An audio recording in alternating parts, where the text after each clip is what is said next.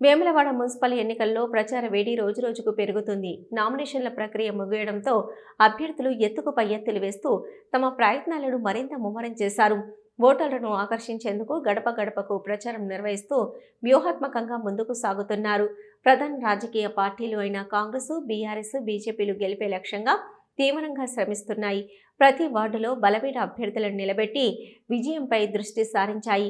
వేములవాడ, సిరిసిల్ల మున్సిపాలిటీల్లో కాంగ్రెస్ జెండా ఎగరవేయాలని ముఖ్యమంత్రి రేవంత్ రెడ్డికి అత్యంత సన్నిహితులుగా ఉన్న వేములవాడ ఎమ్మెల్యే, ప్రభుత్వ విప్ ఆది శ్రీనివాస్ అన్ని విధాలుగా కృషి చేస్తున్నారు. పార్టీ శ్రేణులను సమన్వయం చేస్తూ విస్తృత ప్రచారాన్ని కొనసాగిస్తున్నారు. మరోవైపు బీఆర్ఎస్ నియోజకవర్గ ఇన్ఛార్జి చెల్మడ లక్ష్మీ నరసింహారావు కూడా మెజార్టీ స్థానాల్లో బీఆర్ఎస్ అభ్యర్థులను గెలిపించి తమ రాజకీయ బలం చాటుకోవాలని విశ్వ ప్రయత్నాలు చేస్తున్నారు.